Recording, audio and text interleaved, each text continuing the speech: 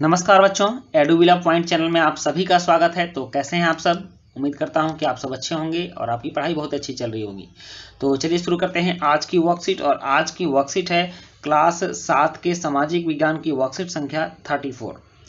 और आज हम लोग ईश्वर से अनुराग के अगले भाग को पढ़ेंगे। प्यारे विद्यार्थियों, विभिन्न दार्शनिकों ने भक्ति के बारे में अलग अलग विचार दिए हैं। आइए कुछ दार्शनिकों के विचार जानते हैं। भक्ति का मतलब होता है अपने प्रेम या श्रद्धा से परमात्मा को खुश करना। तो परमात्मा को खुश करने के विभिन्न जो दार्शनिक हैं उनके अलग अलग तरीके हैं, और कहा जाता है कि सारे दार्शनिक के जो तरीके हैं वह अपने जगह पर सही हैं। तो हमें उन सब के तरीके आज पढ़ने हैं। सबसे पहले है शंकर। शंकर का जन्म 8वीं शताब्दी में केरल प्रदेश में हुआ था। वे अद्वैतवाद के समर्थक थे। अद्वैतवाद उसी तरह की एक विचारधारा है कि भगवान को कैसे खुश किया जा सकता है। अद्वैतवाद के अनुसार जीवात्मा और परमात्मा जो परम सत्य हैं दोनों एक ही हैं, मतलब कि जीवात्मा भी हैं और परमात्मा भी है और दोनों एक ही हैं। उन्होंने यह शिक्षा दी कि ब्रह्म जो एकमात्र या परम सत्य है वह निर्गुण और निराकार है। ब्रह्म का कोई आकार नहीं है। ब्रह्म मतलब भगवान, उनका कोई आकार नहीं है, उनमें कोई गुण नहीं है, वह हर जगह व्याप्त है। शंकर ने हमारे चारों ओर के संसार को मिथ्या या माया माना है। संसार का परित्याग करने अर्थात संन्यास लेने और ब्रह्म की सही प्रकृति को समझने और मोक्ष प्राप्त करने के लिए ज्ञान के मार्ग को अपनाने का उपदेश दिया है।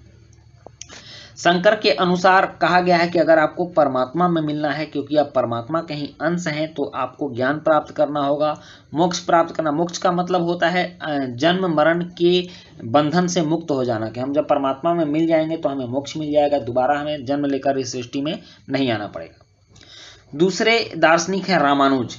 रामानुज 11वीं शताब्दी में तमिलनाडु में पैदा हुए थे। रामानुज ने विशिष्टाद्वैत के सिद्धांत को प्रतिपादित किया। शंकर ने अद्वैतवाद के सिद्धांत का प्रतिपादन किया और रामानुज ने विशिष्टाद्वैत के सिद्धांत का प्रतिपादन किया। विशिष्टाद्वैत के अनुसार आत्मा परमात्मा से जुड़ने के बाद भी अपनी अलग सत्ता बनाए रखती है, जबकि यहां था कि आत्मा और परमात्मा एक ही है। वह विष्णु भक्त अलवार संतों से बहुत प्रभावित थे। उनके अनुसार मोक्ष प्राप्त करने का उपाय विष्णु के प्रति अनन्य भक्ति भाव रखना था। भगवान विष्णु की कृपा दृष्टि से भक्त उनके साथ एकाकार होने का परमानंद प्राप्त कर सकता है। रामानुज के सिद्धांत ने भक्ति की नई धारा को बहुत प्रेरित किया, जो परवर्ती काल में उत्तरी भारत में विकसित हुई। अब है बसवन्ना का वीर शैववाद। तमिल भक्ति आंदोलन और मंदिर पूजा के बीच संबंध के परिणाम स्वरूप जो प्रतिक्रिया हुई वह बसवन्ना और अलम्मा प्रभु अक्क महादेवी जैसे उसके साथियों द्वारा प्रारंभ किए गए वीर शैव आंदोलन में स्पष्ट दिखलाई देती है। एक और आंदोलन आया, वीर शैव आंदोलन, जो भक्ति मार्ग की एक अलग विधा थी। यह आंदोलन 12वीं शताब्दी के मध्य में कर्नाटक में प्रारंभ हुआ था। वीर शैवों ने सभी व्यक्तियों की समानता के पक्ष में और जाति तथा नारी के प्रति व्यवहार के बारे में ब्राह्मणवादी विचारधारा के विरुद्ध अपने प्रबल तर्क प्रस्तुत किए। वह सभी प्रकार के कर्मकांडों और मूर्ति पूजा के विरोधी थे। अब यहाँ कुछ शब्द हैं जिन्हें हमें समझने हैं। सबसे पहले दर्शन। तो यह दर्शन शास्त्र से लिया गया शब्द है। जीवन के अर्थ और मतों से संबंधित विचारों का अध्ययन दर्शन शास्त्र कहलाता है। उसके बाद है दार्शनिक। दार्शनिक शब्द फिलोसफ शब्द से आया है, जिसका अर्थ है ज्ञान से प्रेम करने वाला। नेक्स्ट है कर्मकांड। पूजा यज्ञ आदि से संबंधित धार्मिक कर्म कर्मकांड कहलाते हैं। और यहाँ एक गतिविधि है कि शंकर और रामानुज के विचारों के बारे में कुछ और पता लगाने का प्रयत्न करें। तो इसको आप लोग नेट से खोल लीजिएगा, गूगल पर बहुत आसानी से मिल जाता है, या फिर आप अपने किताब से भी देख लीजिएगा। अब यहाँ कुछ प्रश्न है कि शंकर किस मत के समर्थक थे, रामानुज किन से बहुत प्रभावित थे, वीर शैव मत के समर्थक कौन कौन थे, जाति के प्रति वीर शैवों का दृष्टिकोण कैसा था, और अद्वैतवाद विशिष्टाद्वैत से किस प्रकार भिन्न है। तो चलिए अब इन प्रश्नों के उत्तर लिखते हैं। प्रश्न 1 है कि शंकर किस मत के समर्थक थे। तो उत्तर है शंकर अद्वैतवाद के समर्थक थे। प्रश्न 2 है कि रामानुज किन से बहुत प्रभावित थे।